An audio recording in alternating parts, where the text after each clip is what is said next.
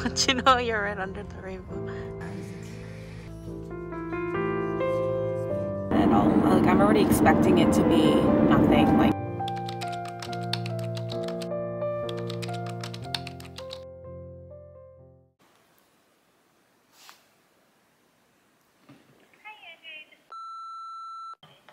hello. Hi, how are you? Good. I'm just calling regarding your results from today. I'm sorry, it is negative. Okay. Yeah, I'm so sorry. It's okay. Just call me like last time. Just call me with your next day one period. We can get started with the next cycle. Okay. So sorry. Yes. All right. All right. Thank you. You're welcome. Bye. Bye. Negativo. Are you okay?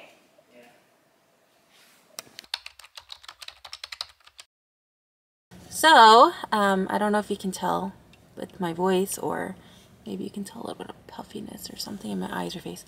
But I cried a little bit, more so because I went on a frantic frenzy and I started saying I'm not going to get pregnant with the third IUI. I'm just going to have to do IVF. But right now we're out to eat dinner, and Gino and I decided that on beta test day, if the result is negative, we're just going to go out and treat ourselves to a sushi dinner because it's supposed to be a sad day, but we want to turn that into something that's more fun and something that we can take advantage of, because when I get pregnant, I'm not going to be having sushi. So enjoying all the sushi while I can. We came to this sushi restaurant today, not really because of the sushi, but because I love their dessert. I rarely say that because I'm not a dessert person, but I love the dessert here.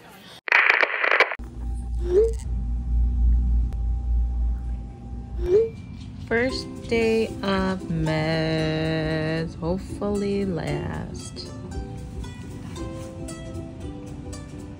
Crumble? Overcooked. Last one.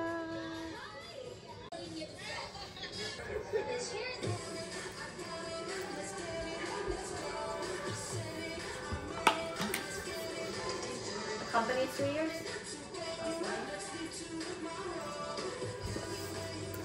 I'm done! I'm done with meds for IUI. Forever.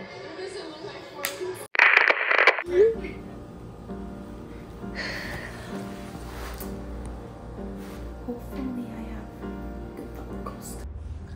Okay, so there's one very big follicle and then another follicle that's not as big. So we'll see. But she said that one follicle is probably going to be the one that we're going to be working with. So we are hanging out with friends at Grace's, but I'm going to have to do my shots here. Yeah, maybe this will be good luck. Oh, this is the first.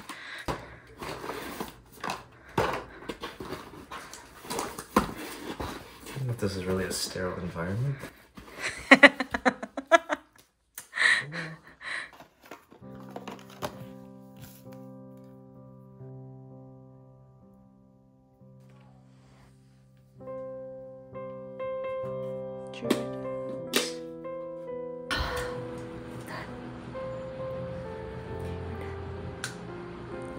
Gotta put it safely in here. Oops. Bye-bye.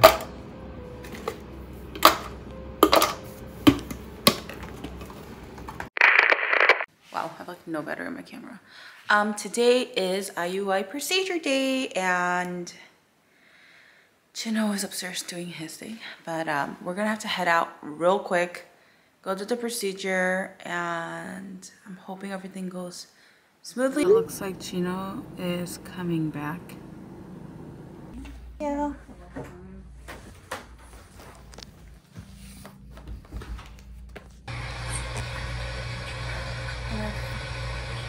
This was the most painful IUI. It was like my legs are shaking right now because it's like, I don't know, I could feel like I was in shock. And then I'm like having the worst cramps. But I think they exhausted like all their methods to doing the IUI. And then she had to go grab another doctor, and yeah, I don't know, I'm just feeling so... I just felt like everything would get easier, but I don't know why this last one was this painful.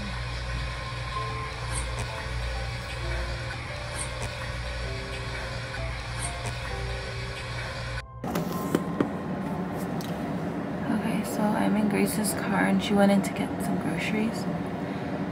Oh, I don't even remember what I told you guys because I felt like I was going like in and out. I'm feeling so much pain and so much pressure down there. Oh, Grace is back. That was quick. But basically, they were trying to use a catheter, which is normally small and flimsy. My cervix was resisting it, and so she changed the catheter to something that was more thick. This is the AC. This is not me trying to have a music video moment. But they changed the catheter to something that was a little bit more thick, and you can drive, Grace. That was a little bit more thick and sturdy, so that it wouldn't move around. But when she injected the sperm through the catheter, it was like my cervix was pushing back and resisting it. And then they really didn't want to use this one tool, but they had to, and it was very painful. She couldn't get it in with that, so then she had to grab the doctor who did my second IUI, and she was able to get it in.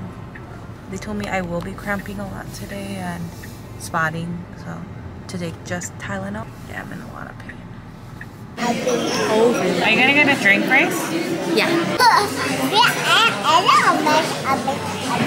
Yeah, my family. On my way out of the break. Give us camera. Are you winking? You wink. Can you wink? Cheese. No, you can eat the fruit first. I have to ask for another.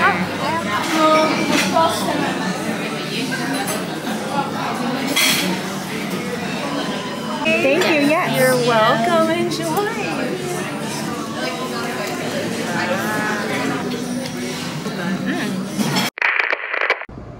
We are at my aunt's house.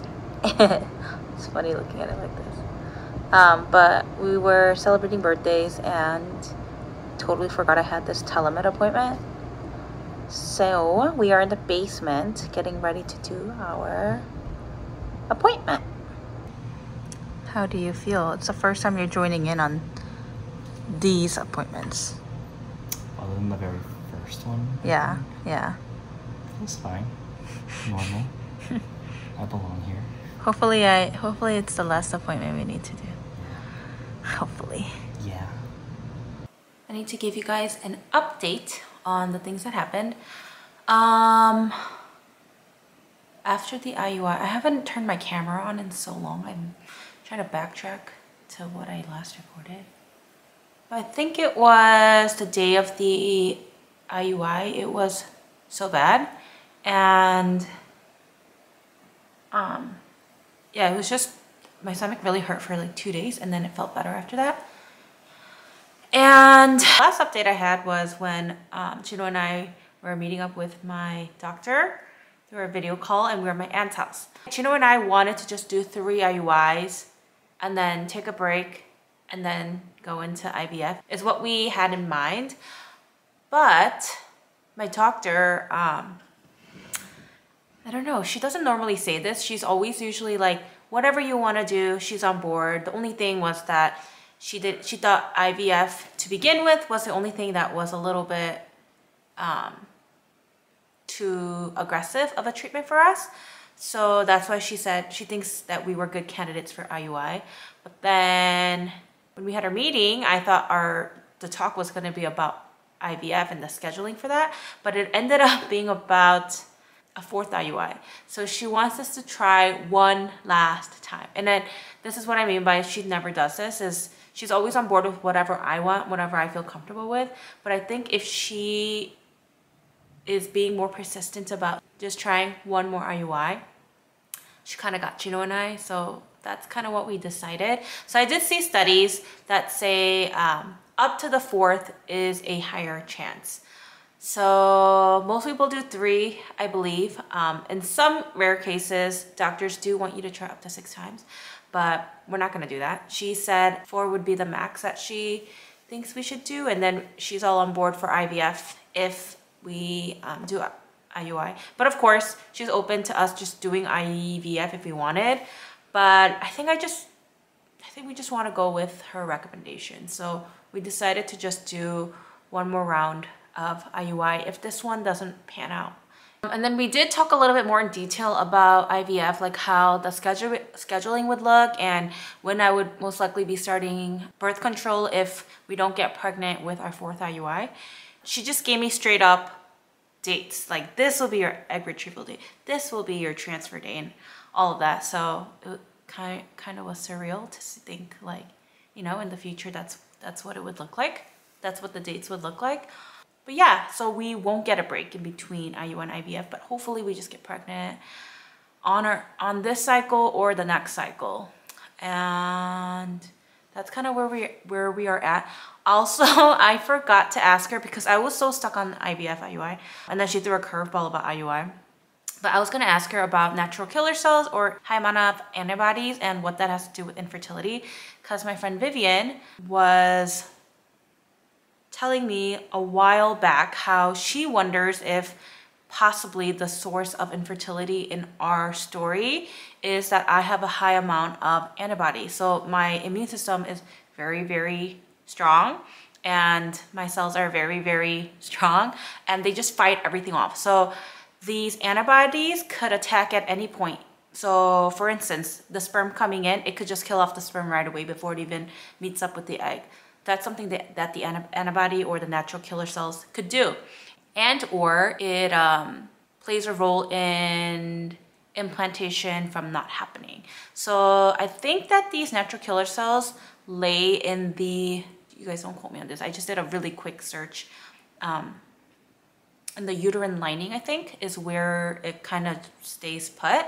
And yeah, so anytime that my body thinks it's a foreign substance, it's just like on high alert mode and just kills it off before it can do anything. So I was gonna ask my doctor if she can run a blood test to see the amount of NK cells that I have, but I totally forgot to ask her. And my husband was kind of like, you know, even if you do check it, there isn't really anything you could do. So I just started eating more healthy fats, avocados, salmon. I started adding fish oil to my med regimen. I've just been eating things that have a lot of oil and healthy oils, not just any oils. It has to be monounsaturated fats.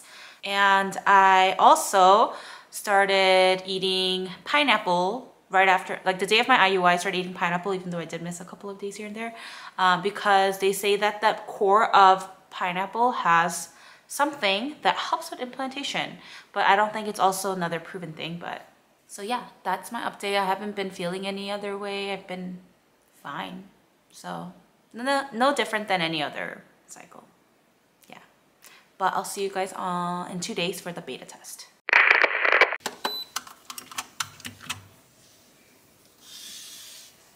Hey guys, so today I was supposed to go in for my blood test, but I'm not going in because I started my period. So this thing's a little loud. Yeah, so I started my period and I am doing okay about it. I'm fine.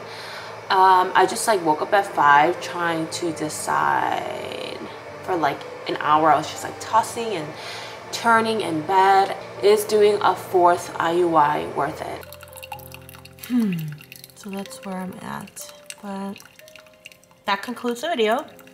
We'll probably get some sushi tonight and I'm gonna go grocery shopping with Grace today and do Pilates and just go about my day. Thanks for watching, guys. Catch you guys on my 4th IUI cycle vlog.